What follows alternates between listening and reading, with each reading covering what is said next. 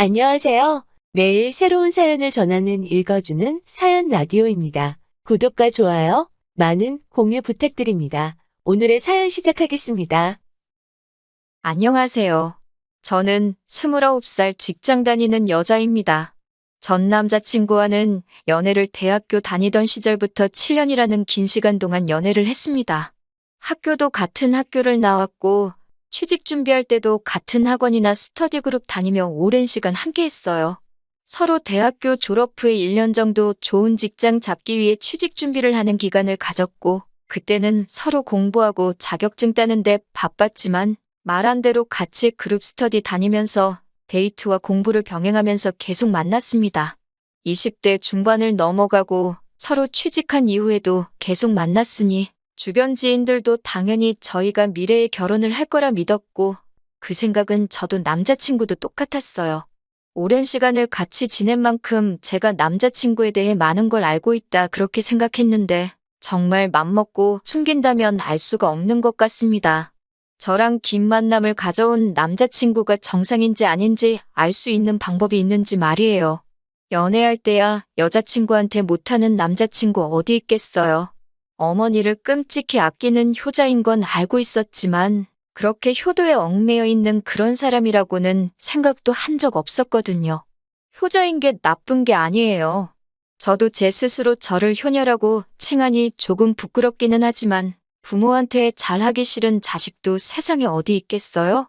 둘 다 홀어머니 밑에서 자라왔고 취직 후에 각자 어머니에게 생활비주로 돈 보내고 있습니다.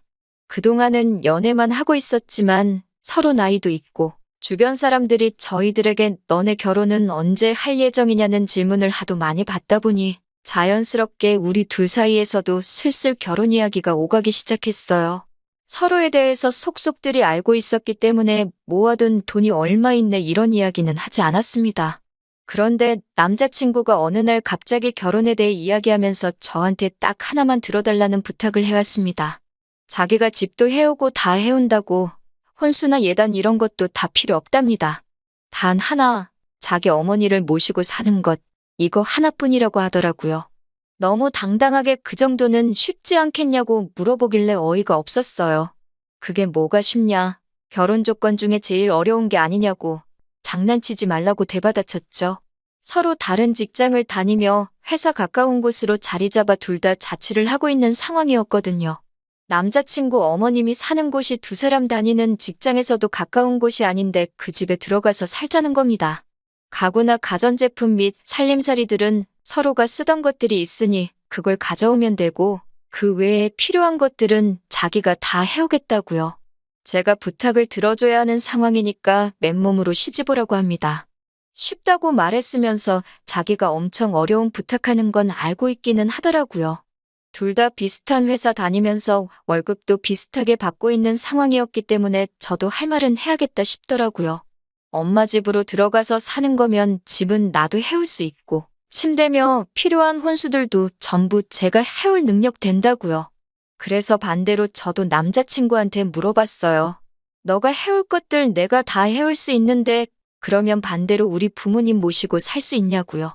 침대 하나만 사오면 부모님 모시고 살 수 있는 거냐고 물어봤어요. 그랬더니 자기가 무슨 침대 하나만 들고 결혼하려고 했는 줄 아냐면서 저보고 비하기 심하다고 하네요. 애초에 신혼생활부터 우리 엄마가 됐든 너네 엄마가 됐든 학가에서 살 생각 전혀 없었다고. 혹시나 만약에 나중에 둘 중에 어느 한 분이라도 나이 드셔서 거동이 힘들거나 상황이 안 좋아지면 모를까? 아직 우리 엄마나 너네 엄마나 다 한참 되시고 일도 하고 계시는데 우리가 왜 신혼부터 모시고 살 생각을 하고 있어야 되냐고. 나는 그렇게 못하겠다. 솔직한 마음을 이야기했어요. 그랬더니 남자친구가 저한테 그래? 그럼 너는 나랑 결혼 못하겠네. 이렇게 자신있게 대답하더라고요. 그때 느꼈어요. 이 사람이 말하는 게 떠보는 게 아니고 진심이라는 걸요. 무슨 면접 보는 것도 아니고 아무리 몇 년을 연애해왔지만 결혼의 자격을 자기 입으로 논하는 게 어이가 없었죠. 부모님 안 모시고 산다면 결혼을 안 하려고 하는 거냐 물었더니 다른 건 몰라도 그것만큼은 양보를 못 하겠다고 하더라고요. 그래서 저도 알겠다고 그러면 둘 다 더 이상 시간 낭비할 게 뭐 있냐고 이만 헤어지자고 강수를 뒀어요. 그러니까 정말 입가에 거품을 물면서 저한테 뭐라 하더라고요. 저보고 이상한 억지 부리지 말라면서 말입니다. 너네 집이 엄청난 부자라면 모를까? 일반적으로 보면 대한민국에서 처가살이 하는 남자보단 남자 쪽 부모님 모시고 사는 비율이 더 높다고. 그만큼 부모에 대한 봉양 의무는 남자한테 있는 거나 마찬가지라고. 이제 막 군대 전역해서 대학생활 다시 시작한 제 남동생까지 들먹이면서 너네 부모님은 나중에 제 동생이 모시면 되는 거 아니냐고 하더라고요. 우리가 만나온 게 벌써 몇 년째인데 너가 이런 사람인 줄 진작에 알았다면 애초에 저랑 그렇게 길게 만나지도 않았을 거라고. 자기가 사람 보는 눈이 없어서 시간 낭비했다는 식으로 말을 하더라고요. 저도 남자친구한테 나도 너가 그런 생각 가지고 있는 사람인 줄 몰랐다고. 피차 시간 낭비한 건 너나 나나 똑같은데 뭘 그렇게 손해본 것처럼 말하느냐 대판 싸웠어요. 서로 의견이 좁혀지지 않고 언성만 높아지고 있으니 더 이상 말할 가치도 없다는 생각에 이제 그만 헤어지는 게 서로를 위해서 더 좋지 않겠냐는 식으로 대화를 해나갔습니다. 이런 일로 헤어지게 되는 건 안타깝지만 그래도 여태 만나온 시간이 있는데 마지막 모습 이렇게 싸우고 끝내지 말자고요. 결국 7년 연애의 종지부를 찍게 되었네요. 앞서 말씀드렸다시피 같은 대학교 나오면서 취직 준비도 같이 했기 때문에 주변 인맥도 비슷해요.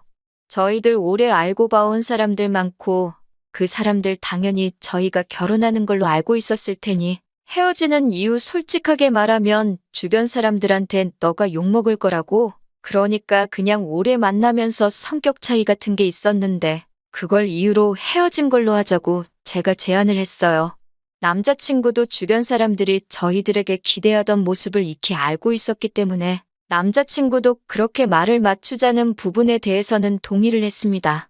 그렇게 저희는 헤어지고 무슨 일 때문에 헤어진 거냐 묻는 주변 사람들 질문에 저는 약속한 대로 남자친구와의 성격 차이 때문에 오랫동안 숙고하다가 결국 서로 좋은 모습으로 헤어지게 되었다는 식으로 이야기했습니다.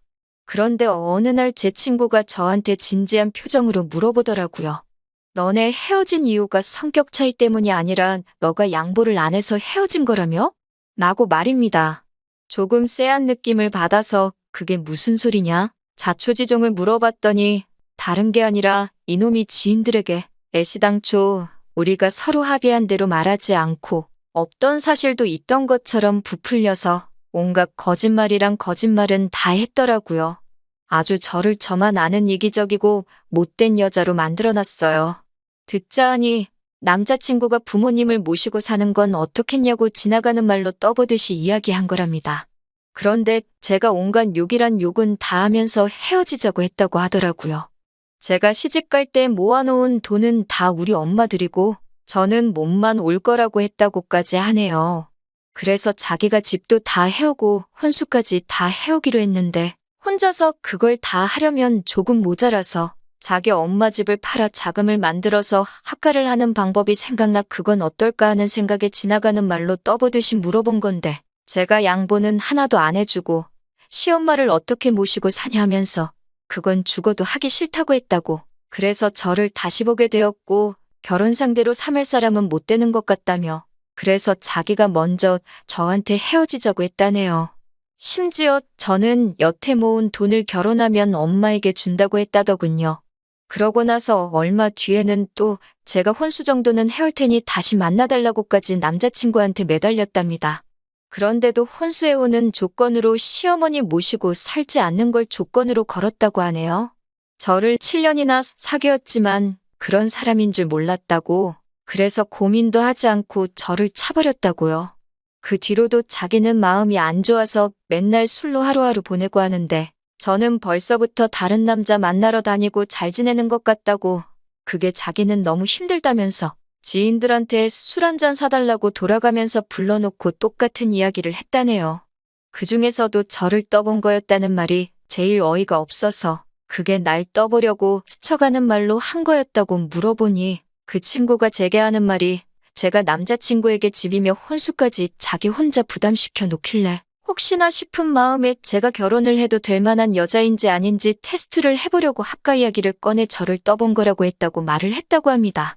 그러니 사람들은 제가 남자친구랑 7년 연애하면서 남자친구가 모아놓은 돈 노리고 제 돈 한 푼도 안 쓰고 결혼까지 하려고 하는 날강도에다가 혼자 계신 시어머니 모시고 살 거면 결혼 안 한다고 땡깡 부리는 그런 생각 없는 나쁜 여자로 만들어 놓은 거죠. 주변 지인들에게 제 평판이 떨어질 대로 떨어진 상황에 제가 이걸 그냥 넘어갈 수는 없었습니다. 이 사람들이 제 인생의 얼마나 큰 부분인지는 모르겠지만 저만 천하의 나쁜 사람이 돼버릴 수는 없었어요. 그래서 참고 또 참다가 얼마 전에 나를 잡아서 남자친구한테 전화를 걸었습니다. 전화를 받자마자 너 사람들한테 왜 거짓말을 하고 다니냐고, 부모 모시고 살지 않으면 나랑 결혼은 못하겠네?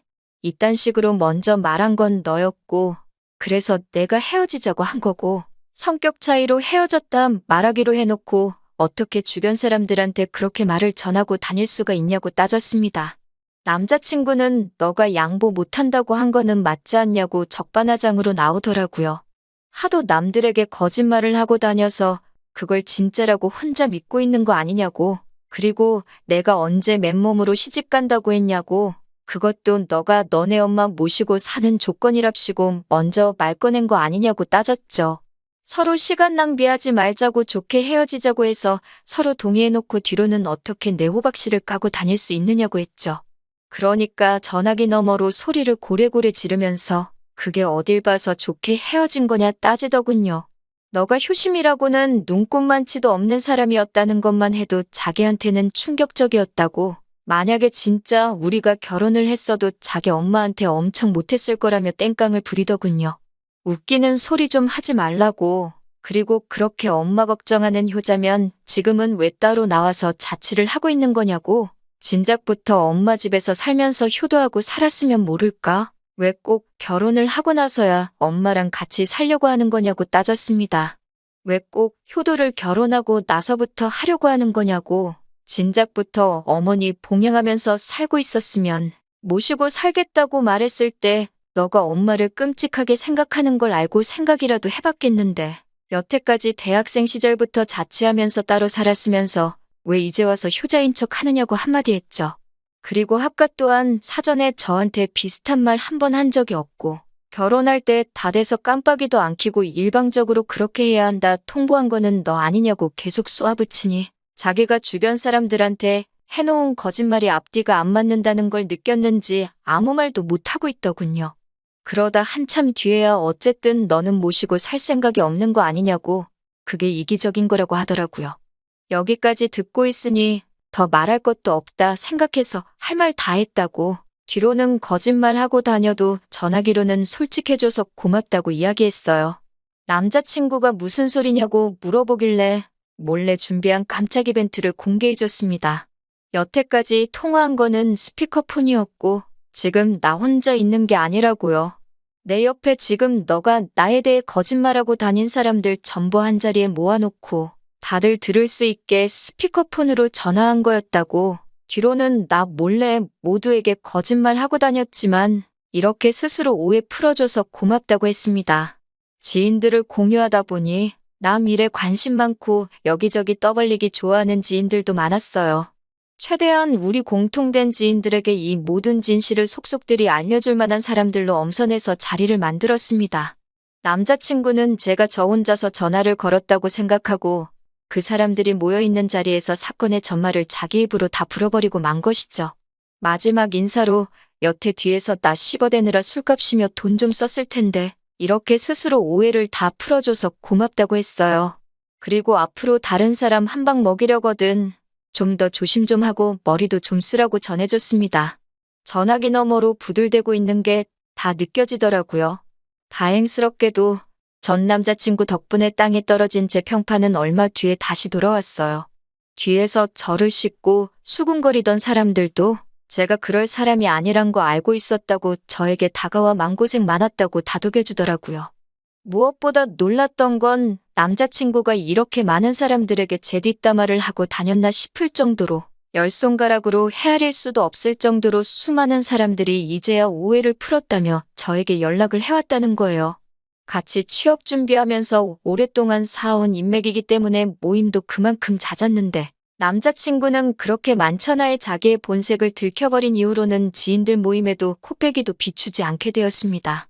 네 편, 내 편 나눠서 싸우려고 하던 건 아닌데 그래도 이유도 모르고 한 방 먹었으면 더 크게 한 방 돌려주는 게 인지상정 아니겠어요? 7년을 만나온 남자친구와는 영영 이별하게 되었지만 남자친구는 저뿐만 아니라 그동안 같이 동고동락 해오면서 오랫동안 이어온 인연들까지 다 잃게 되었네요. 자식이 부모에게 효도하는 건 당연한 일입니다. 그런데 자기가 직접 해야 할 효도를 다른 사람에게 떠넘기는 건 진짜 효도가 아니라고 생각해요. 대신 해줄 사람을 찾을 시간에 엄마 주름진 손에 로션이라도 발라드리는 게 진짜 효도 아닐까요? 저도 이번 일을 계기로 다음에 만날 사람은 꼭 서로의 의견에 귀 기울여주고 대리효도 강요하지 않는 사람을 만나야겠다는 생각이 드네요. 긴 이야기 들어주셔서 감사합니다. 오늘의 사연은 여기까지입니다. 구독과 좋아요, 알람 설정해주시면 앞으로 더 좋은 사연으로 찾아오겠습니다. 감사합니다.